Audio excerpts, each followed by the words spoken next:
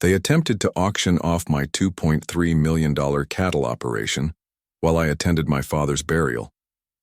Returning at dawn after shortening the memorial service, I discovered unknown individuals carrying assessment forms across my property, an enormous auction placard planted in my front yard, and subdivision president Linda Crawford phoning authorities to report me for intruding on land my family had owned for 6 decades.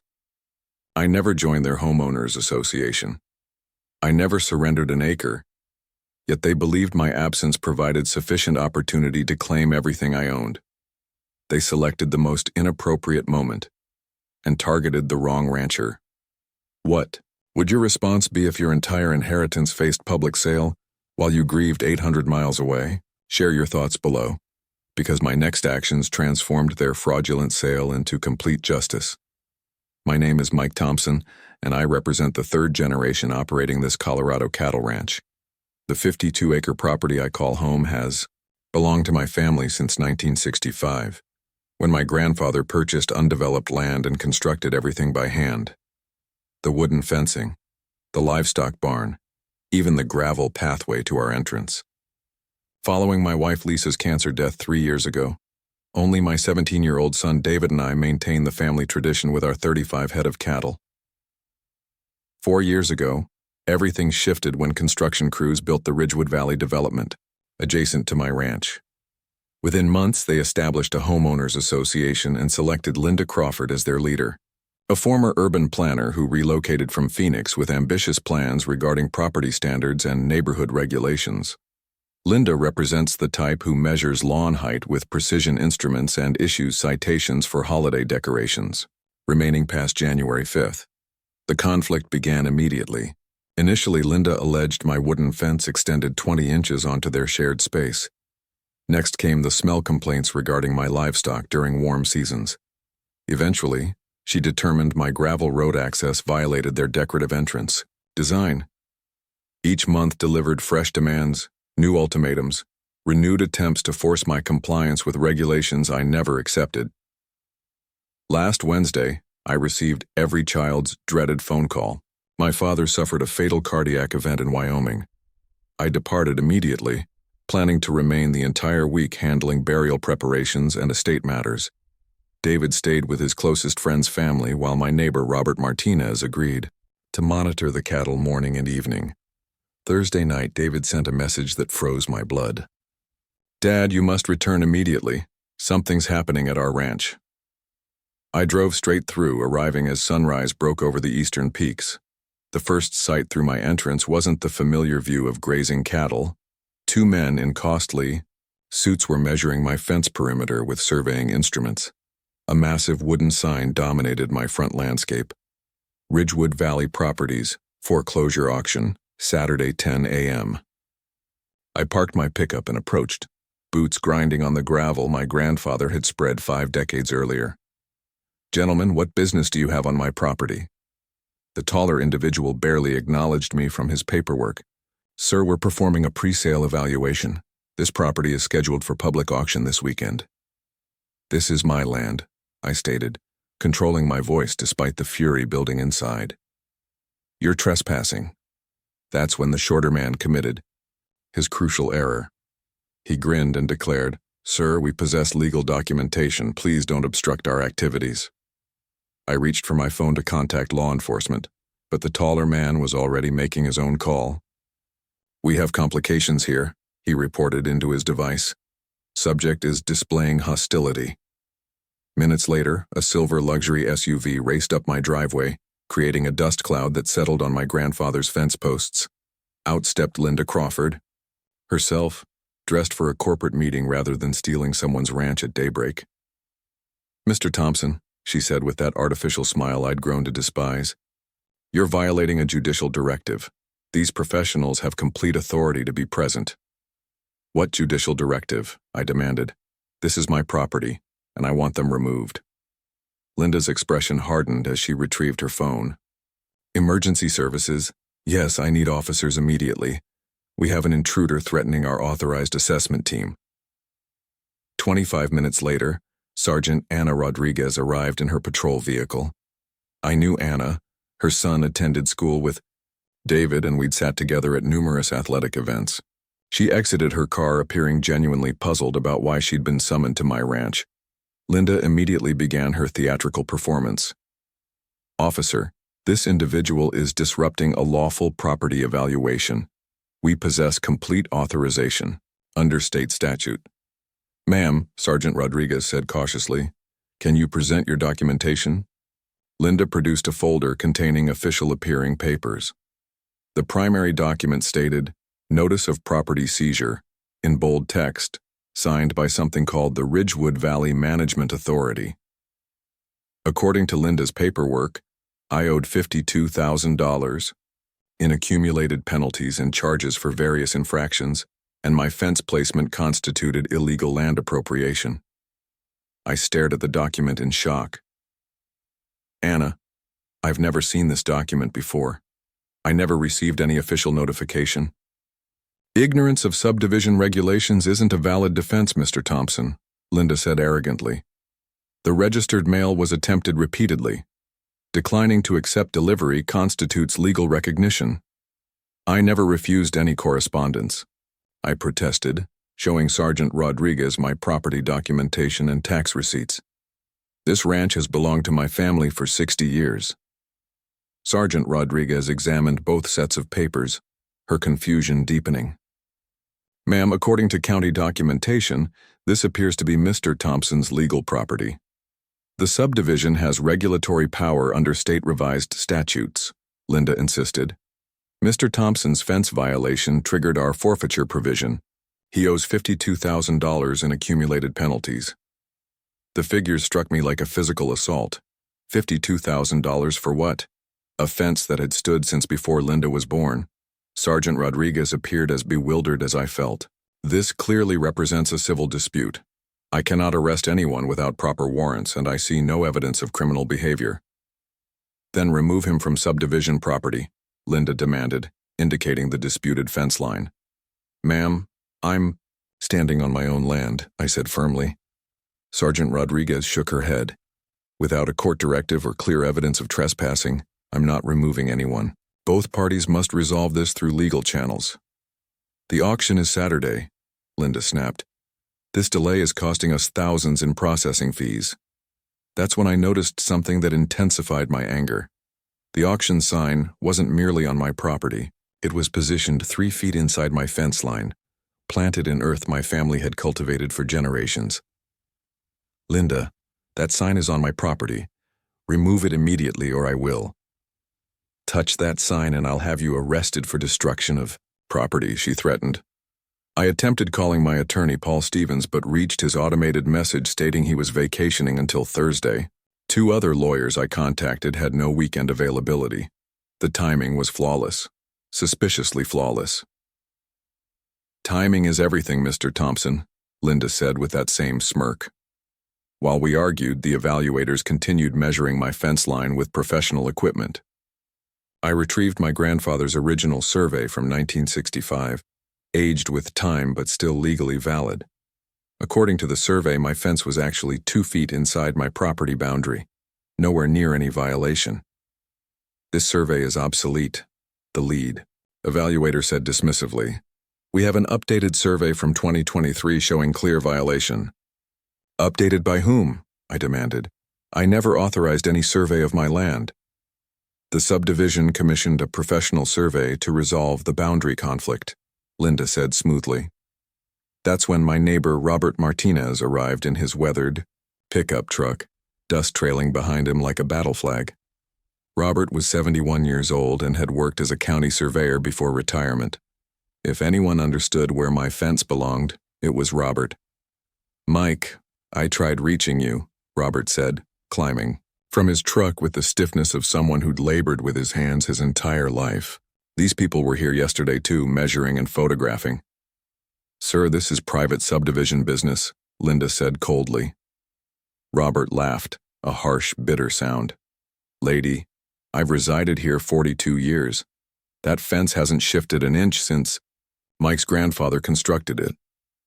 Several neighbors had begun emerging from the development, attracted by the disturbance. Some appeared supportive of Linda. Others seemed uncomfortable with the entire situation. Mrs. Johnson, whose cat I'd rescued from my cattle pond repeatedly, avoided eye contact. Two neighbors I didn't recognize began recording with their phones. "Please, document everything," Linda instructed them. "We need evidence of his obstruction." That's when Sergeant Rodriguez provided the first positive news I'd heard all morning. "Ma'am, under Colorado law, adverse possession requires 20 years of continuous occupation. If this fence has existed for 58 years, well before your development existed, then Mr. Thompson's original property deed would supersede any newer subdivision regulations. The legal principle was straightforward. Prior existing use takes precedence over subsequent regulatory restrictions. My grandfather's fence held legal priority over Linda's power grab. But Linda wasn't retreating. "We'll see what the emergency board meeting determines this afternoon." At 2:30 sharp, Linda convened an emergency subdivision board meeting at her residence.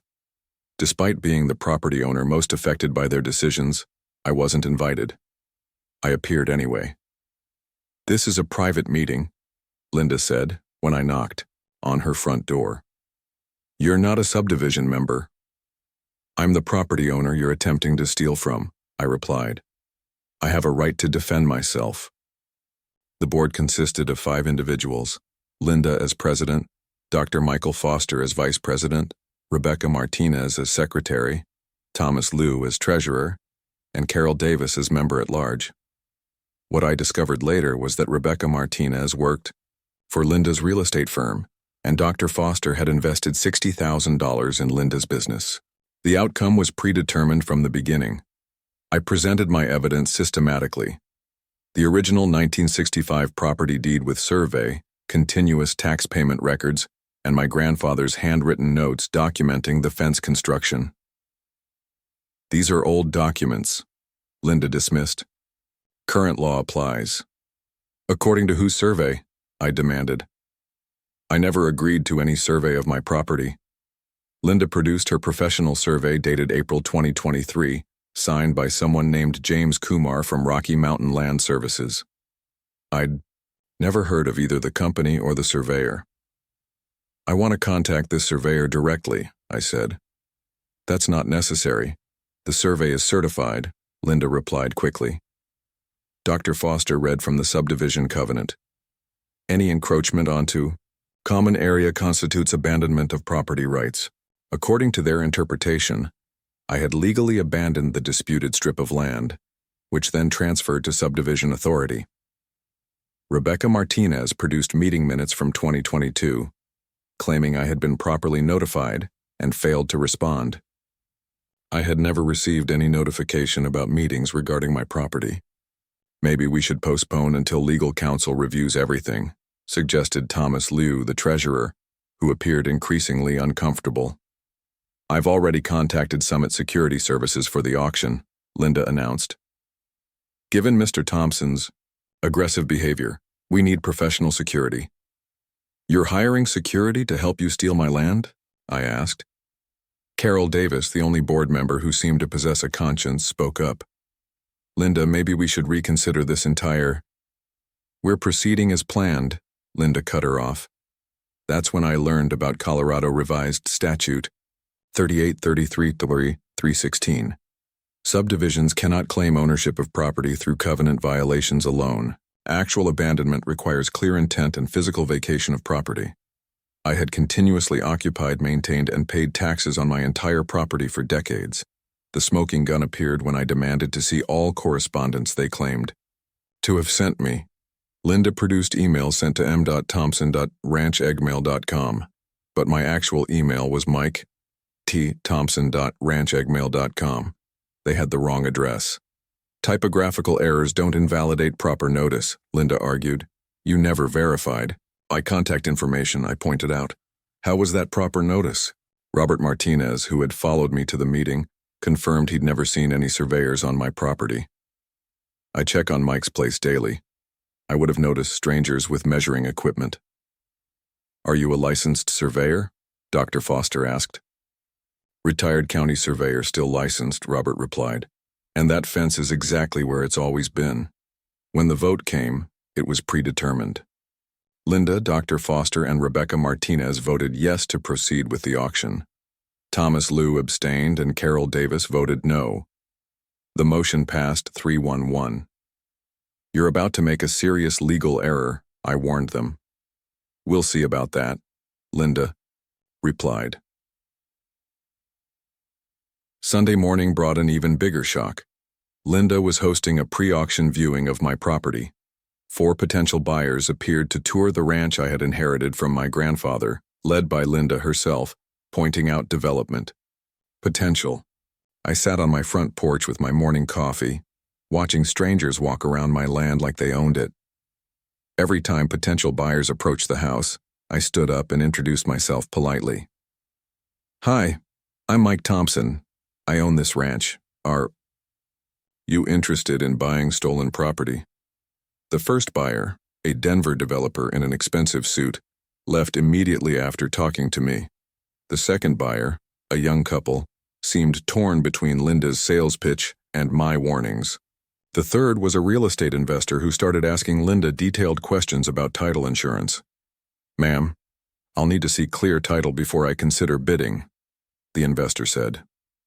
Linda struggled to answer his technical questions, finally saying, all legal documentation will be provided at the auction.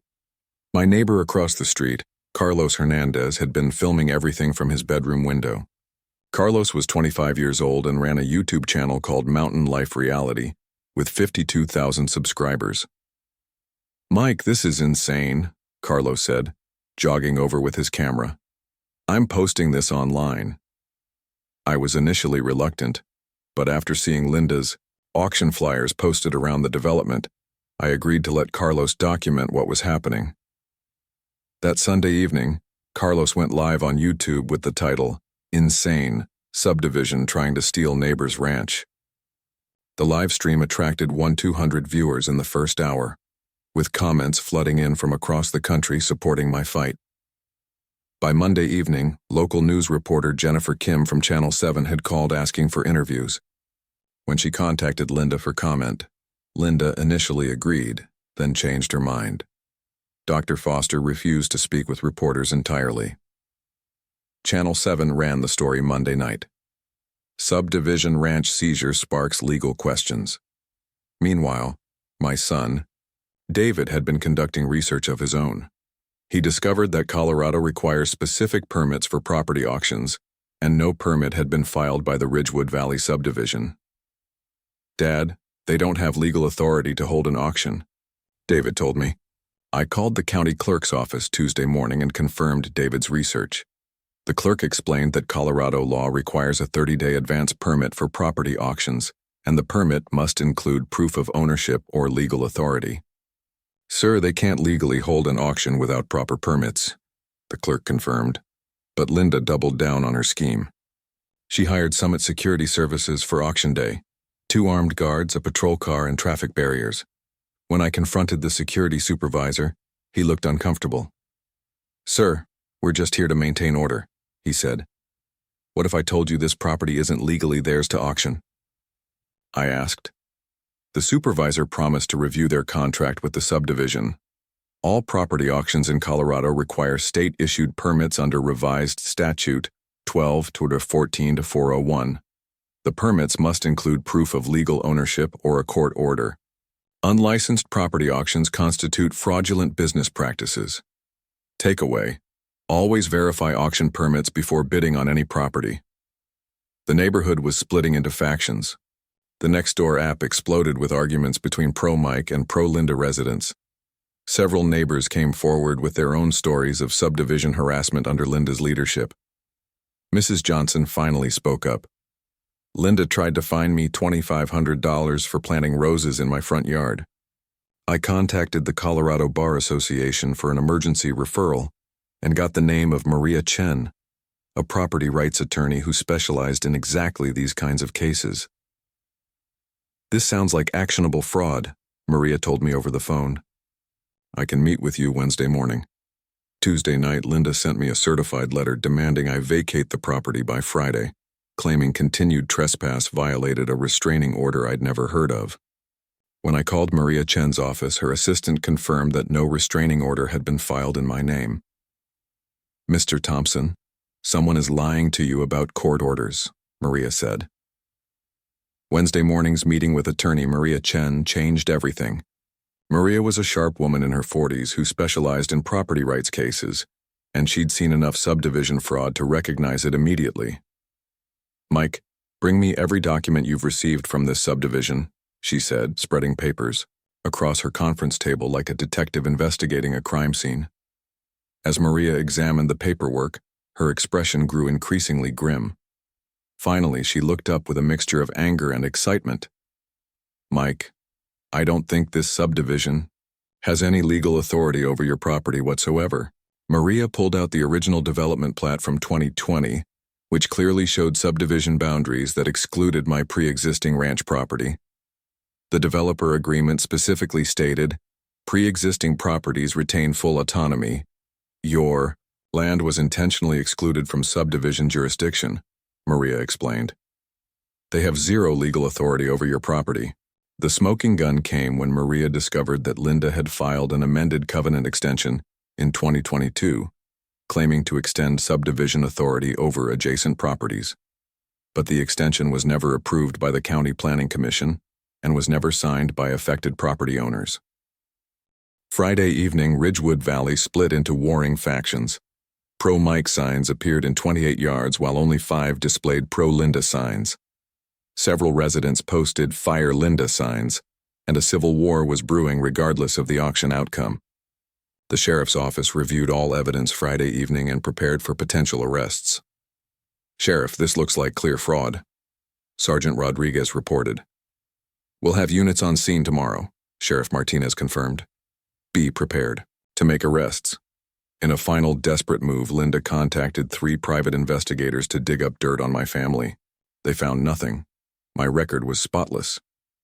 Ma'am, this man is a model citizen, the lead investigator told her. Rebecca Martinez provided the FBI with a complete email archive showing Linda had planned the ranch seizure for 8 months. The emails documented systematic fraud against multiple homeowners, with Dr. Foster's financial investment in Linda's company clearly showing the conspiracy. I can't be part of this anymore, Rebecca told Agent Rodriguez. Friday night, my ranch house became a gathering point for supporters. Robert Martinez, Carlos Hernandez, Maria Chen, and a dozen neighbors showed up throughout the evening.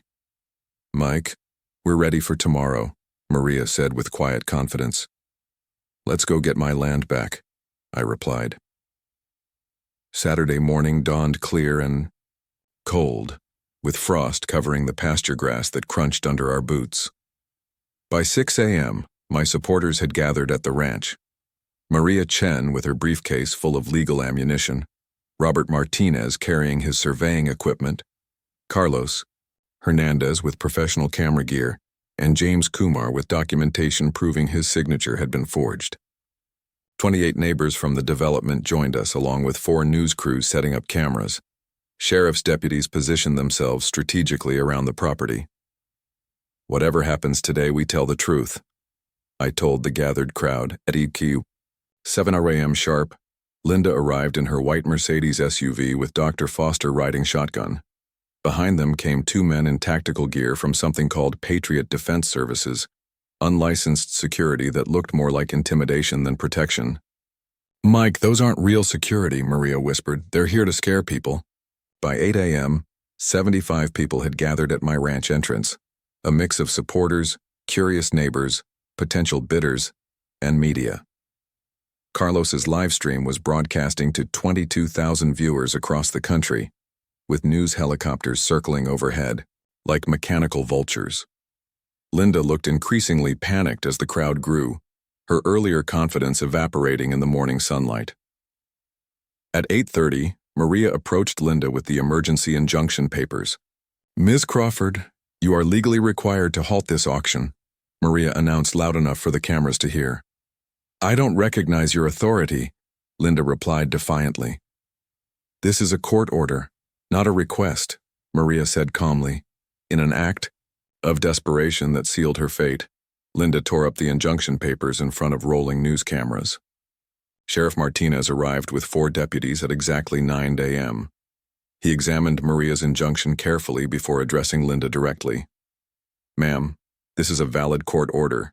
You need to comply. Sheriff, this man is trespassing on subdivision property, Linda insisted. Ma'am, according to county records, this is his property, Sheriff Martinez replied firmly. That's when James Kumar stepped forward to confront Linda publicly. Ma'am, you forged my signature on that survey, Kumar announced, his voice carrying across the silent crowd. I don't know what you're talking about, Linda stammered. I'm a licensed surveyor with 27 years of experience, Kumar continued. That's not my signature, and I've never worked for your subdivision. The crowd gasped audibly. News cameras zoomed in, and Linda's face went pale as the walls closed in around her. At 9:15, two black SUVs pulled up to the ranch entrance. FBI agent Rodriguez and his partner stepped out, their presence transforming the atmosphere from tense to electric. Ms. Crawford, we need to speak with you about federal fraud charges, Agent Rodriguez announced. I'm busy conducting legal business, Linda replied, her voice cracking. Ma'am, this is about federal fraud charges. Please step over here. Dr. Foster immediately began backing away from Linda, finally realizing the depth of her criminal behavior. Rebecca Martinez arrived carrying her laptop, walking directly to the FBI agents. I have all the emails showing this was planned for months, Rebecca announced to the stunned crowd. She opened her laptop and showed Agent Rodriguez the email thread where Linda wrote, Once we get Thompson's land, we're set for life. Rebecca, you're violating attorney-client privilege, Linda screamed. I'm not your attorney, Linda, I'm your victim, Rebecca replied. At 9:45, Linda made her final desperate play. She climbed onto a makeshift podium and attempted to start the auction without a licensed auctioneer. This auction will proceed as scheduled, Linda shouted. Ma'am, step down. This auction is halted by court order, Sheriff Martinez commanded. You have no authority here, Linda screamed back. That's when Agent Rodriguez produced the federal arrest warrant. Linda Crawford, you're under arrest for conspiracy to commit fraud, identity theft, and attempted property theft. This is harassment. I know my rights, Linda shrieked as the handcuffs clicked into place. You have the right to remain silent, Agent Rodriguez said calmly. I suggest you use it. The crowd erupted in cheers and applause that echoed across the valley. Dr. Foster, seeing Linda in handcuffs, immediately approached Agent Rodriguez. Agent, I want to cooperate fully, Foster said. Linda told me the survey was legitimate. I invested money, but I didn't know it was fraud. Sir, we'll need a complete statement, Agent Rodriguez replied. The two Patriot Defense Guards, realizing they were about to become accessories to federal crimes, quickly removed their tactical gear and distanced themselves from Linda.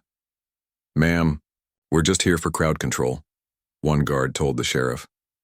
Gentlemen, you're not licensed for security work in this county, Sheriff Martinez informed them. They left immediately. News crews captured Linda's arrest live while Carlos's live stream peaked at 55,000 viewers. Comments exploded with support for me and celebration of justice. Channel 7 cut to live coverage.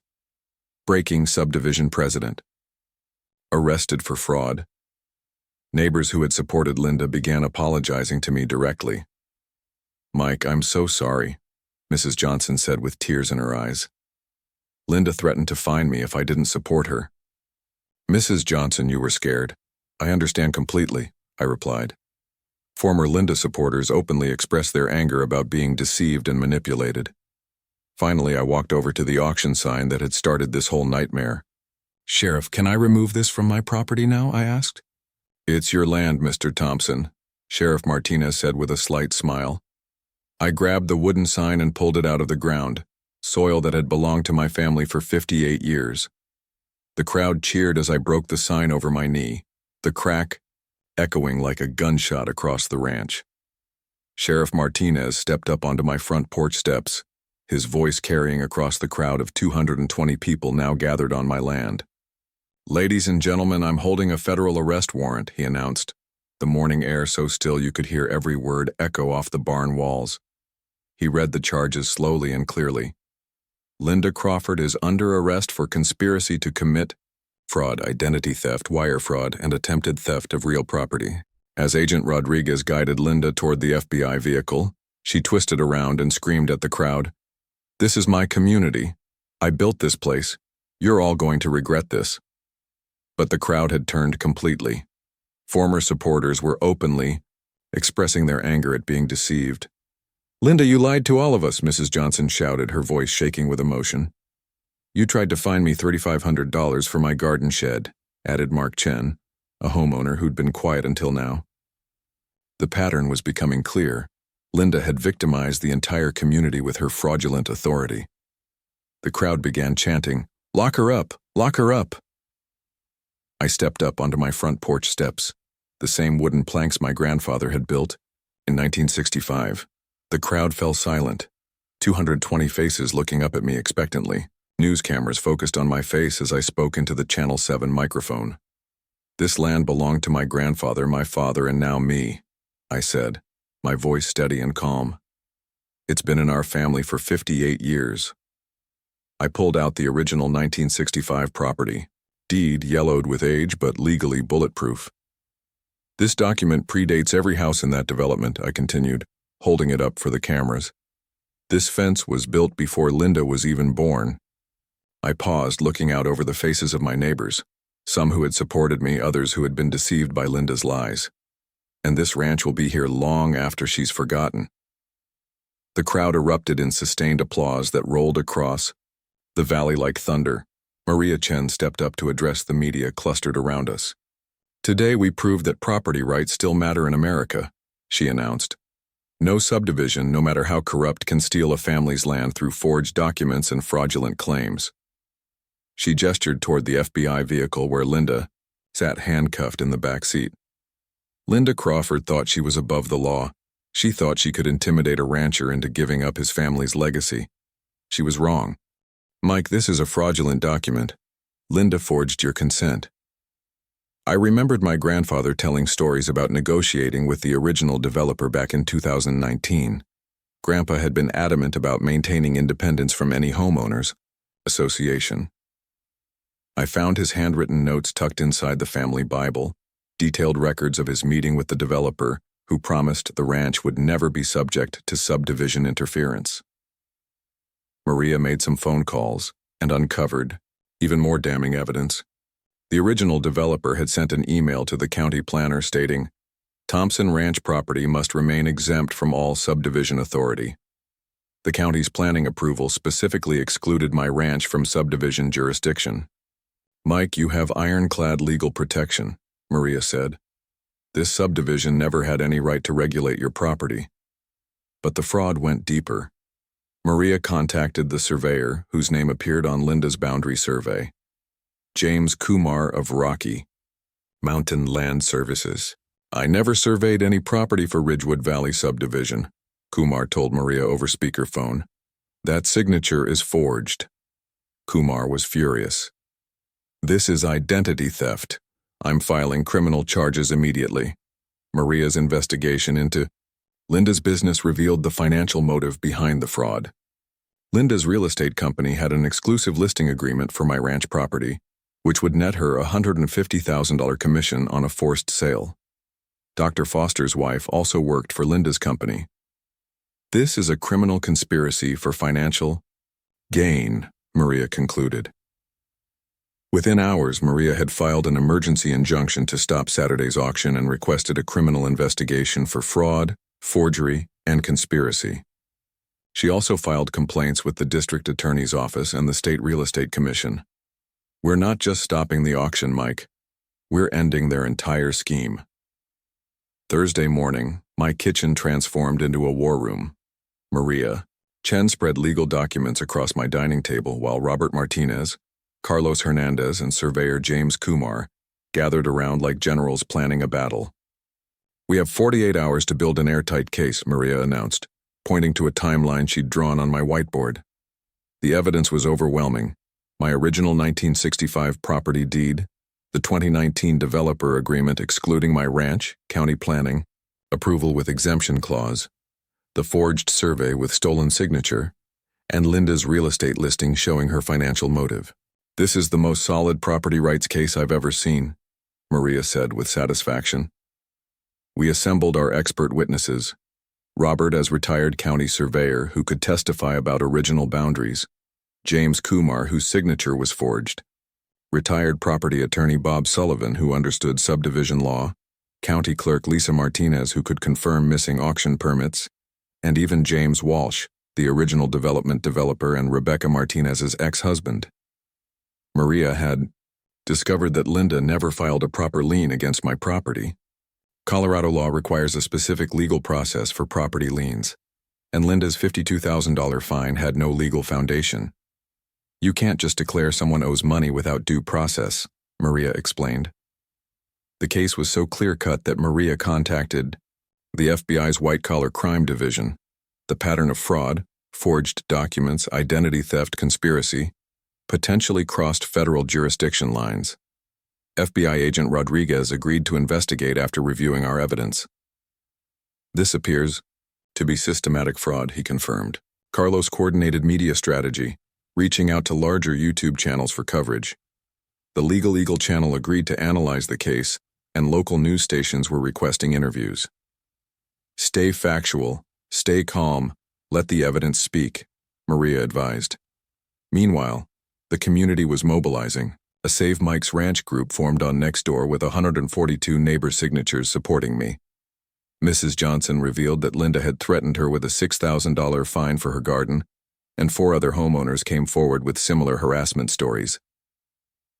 David's research revealed that Linda's real estate company was nearly bankrupt and desperately needed the commission from my ranch sale. The financial motive for fraud became crystal clear. Maria filed emergency restraining orders against the subdivision and coordinated with the sheriff's office to prevent fraud. Carlos planned to live stream the entire confrontation.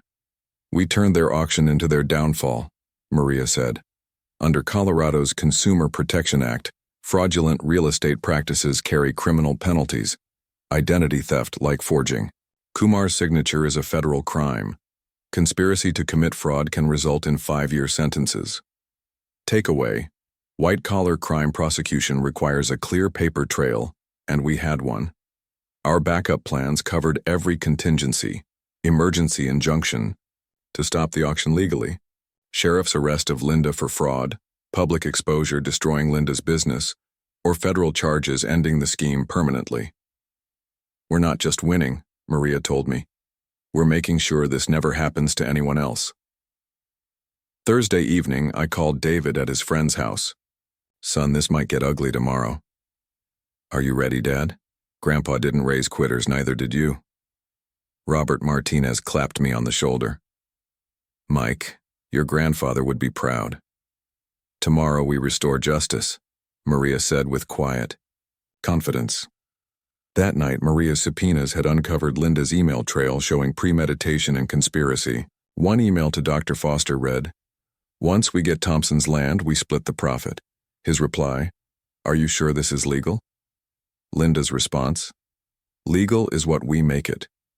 Carlos's latest video had reached 950,000 views, with 96% positive comments from across America. Stand your ground, Mike. As I sat on my porch that Thursday evening, watching the sunset paint the Rocky Mountains purple and gold, I felt something I hadn't experienced in months: hope. Tomorrow we'd find out what justice looked like. Friday morning brought panic to Linda's camp when she received Maria Chen's emergency injunction filing. Linda called an emergency subdivision board meeting for 7 a.m., a desperate attempt to move the auction forward. "We need to hold the auction today," Linda told her remaining board members. "Linda, we can't change the auction date now," Dr. Foster protested. "People have made plans." "We can do whatever we want. I'm the president," Linda snapped. Her own attorney, David Pierce, called with bad news. "Linda, this injunction is serious. You could face criminal charges." "You said the covenant extension was legal," Linda reminded him. "I said it might be legal. This is completely different," Pierce replied before withdrawing as her attorney effective immediately. Linda frantically tried to cover her tracks, ordering Rebecca Martinez to delete incriminating emails from the subdivision server. Linda, deleting emails could be obstruction of justice, Rebecca warned. Rebecca, your job depends on this, Linda threatened. But Rebecca had already forwarded copies of everything to her personal email account. In desperation, Linda offered County Clerk Lisa Martinez $6,000 to backdate an auction permit. Ma'am, that's attempted bribery, the clerk said, secretly recording the conversation on her phone. The clerk immediately contacted the sheriff's office, which opened a criminal investigation. When Summit Security Services reviewed the legal documents Maria had filed, they canceled their contract immediately. Ma'am, we can't provide security for potentially illegal activities, the supervisor explained. You're in breach of contract, Linda screamed. Better than being accessories to fraud, he replied. The subdivision board was crumbling. Thomas Liu resigned via email, and Carol Davis demanded an emergency vote to halt the auction entirely. Maybe we should postpone this whole thing, Dr. Foster said, finally showing some sense. We're past the point of no return, Linda insisted. Rebecca Martinez secretly recorded the entire meeting. Friday afternoon, 3 news vans arrived at the development. Channel 7, Fox 31, and Denver 9 were all running stories about the attempted ranch seizure. Linda refused interviews and hid in her house while Dr. Foster gave a disastrous interview. No comment, but we're legally justified, he told Channel 7. Even if the surveyor says his signature was forged, the reporter pressed. That forged signature? Dr. Foster stammered, realizing he'd been kept in the dark about key details. Carlos's live stream Friday evening peaked at 15,000 viewers with comments pouring in from across the country. Legal experts in the chat were explaining fraud implications. The viewers and donations were flooding in for my legal defense. This is bigger than just Mike's ranch now, Carlos told his audience. Friday afternoon, FBI agent Rodriguez interviewed me at the ranch, asking for complete documentation of Linda's scheme. Mr. Thompson, this appears to be systematic fraud, Agent Rodriguez confirmed. We're opening a federal investigation. James Kumar filed criminal complaints for identity theft, and his attorney threatened a $600,000 lawsuit against the dissolved subdivision. Kumar agreed to testify Saturday if needed. I've been a surveyor for 27 years, Kumar told Carlos's camera. This is the most outrageous fraud I've ever seen.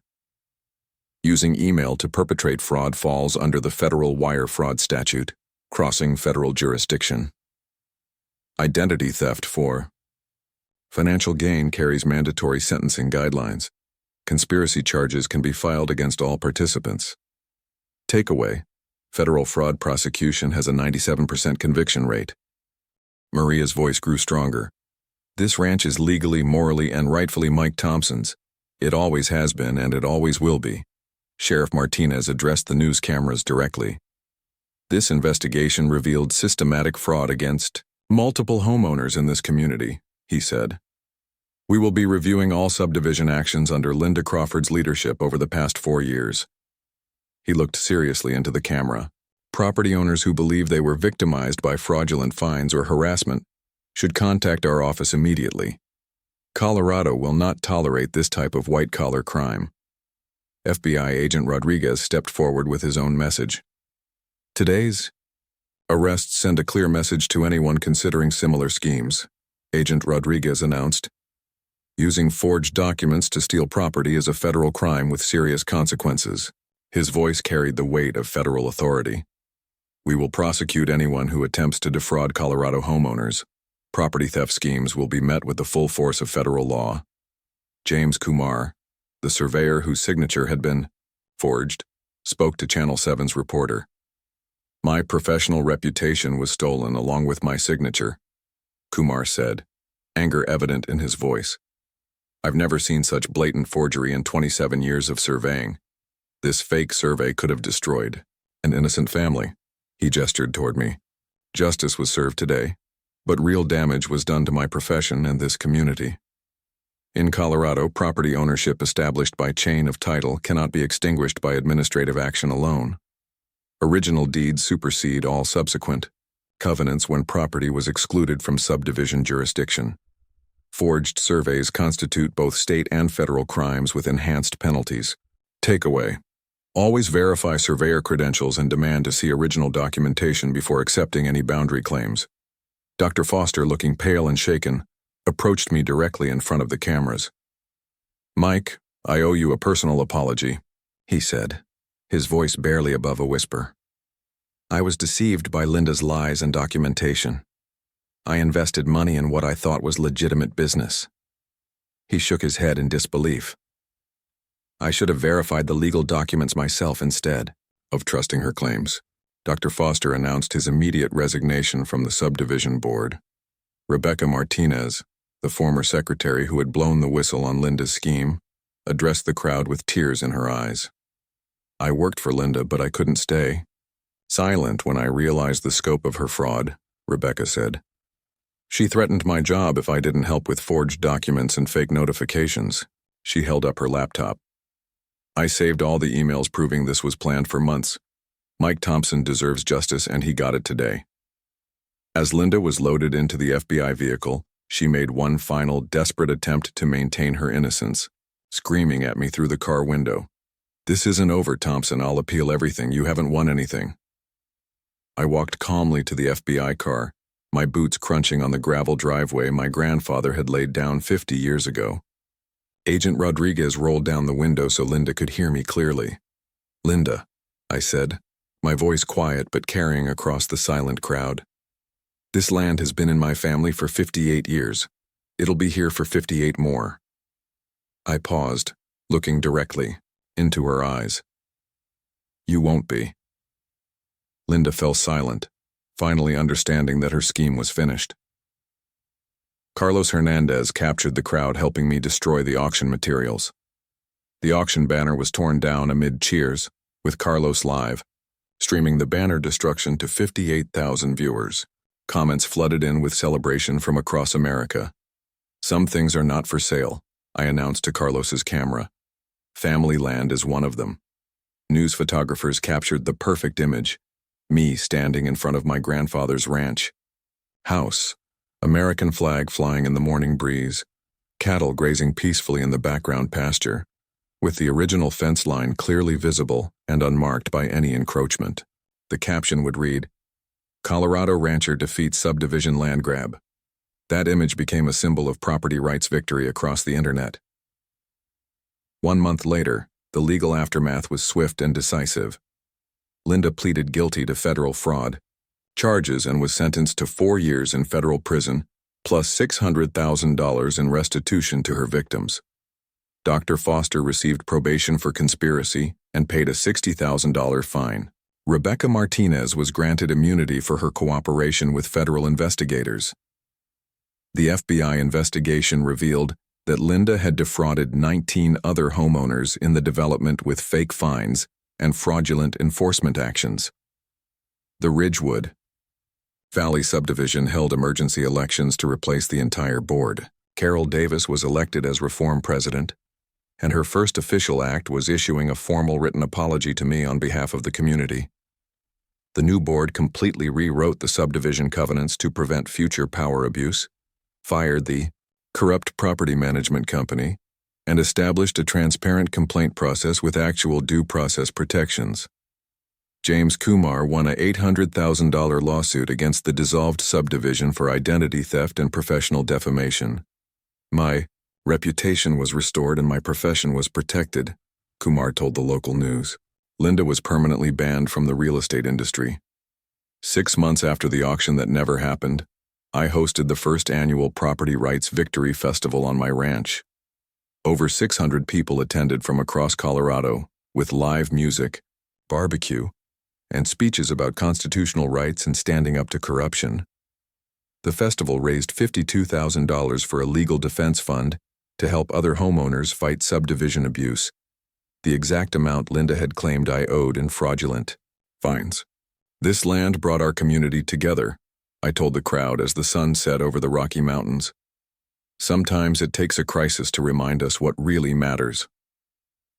Carlos's YouTube series about the ranch seizure reached 3.2 million total views, making Subdivision Linda vs. Colorado Rancher an internet sensation. Carlos started a new channel called Know Your Property Rights that became a resource for homeowners facing similar harassment. The video series is now used in law schools as a case study in white-collar fraud prosecution. Mrs. Johnson brings me homemade apple pie every Sunday, and Mark Chen helps me repair sections of fence when needed. Former Linda supporters now volunteer for ranch maintenance projects, and the community that was once divided has healed stronger than before. Linda divided us with lies, Mrs. Johnson told me recently. But truth brought us back together. My son David wrote his senior project about property rights and constitutional protections. My dad taught me that standing up for what's right isn't always easy, but it's always worth it. He wrote, I framed the original 1965 property deed and hung it in our living room next to a photo of my grandfather building the fence that started this whole fight. Grandpa's legacy lives on in this land, David says whenever he brings friends over to see the ranch. The case Thompson versus Ridgewood Valley is now cited in Colorado property rights legislation and taught in law schools as an example of subdivision fraud prosecution. Maria Chen speaks at property rights conferences nationwide, using our case to help other attorneys recognize and prosecute similar schemes. Federal sentencing guidelines now include enhanced penalties for property fraud targeting vulnerable homeowners. Conspiracy convictions allow prosecution of all participants in fraudulent schemes. Restitution requirements ensure victims receive compensation for damages. Takeaway: white-collar crime prosecution serves as a powerful deterrent to future fraud schemes. Every evening I sit on my front porch watching the sunset paint the mountains purple and gold. My cattle graze peacefully in pastures that have known 3 generations of Thompson care. There's no subdivision interference, no legal threats, no harassment. Just the peace that comes from knowing you fought for what's right and won. The original fence line remains exactly where my grandfather built it in 1965, a testament to the principle that some things can't be bought, sold, or stolen through corruption. This was never about me versus them, I told Carlos's camera one last time. It was about right versus wrong. It was about protecting what matters: family, property, and the principle that in America, you can't steal a man's land with forged papers and fake authority. I looked directly into the camera. Property rights matter because families matter, and some things are worth fighting for. The camera panned across my ranch at golden hour, American flag waving in the evening breeze, screen door creaking as I headed inside for dinner, the distant sound of cattle settling down for the night. Text appeared on screen. Mike Thompson still lives on his family's ranch. Linda Crawford is serving her sentence in federal prison. The Ridgewood Valley subdivision became a model of transparency and accountability. Property values actually increased under honest leadership, and I occasionally attend subdivision meetings as a respected neighbor and reminder of what happens when power goes unchecked. Their new motto, displayed on a sign at the development entrance, reads, "Community through respect, not coercion." The case is now taught in business ethics courses and used by subdivision management companies as fraud prevention training. The Colorado Attorney General created a property rights hotline partly because of our case, and Mike's story has prevented dozens of similar fraud attempts statewide.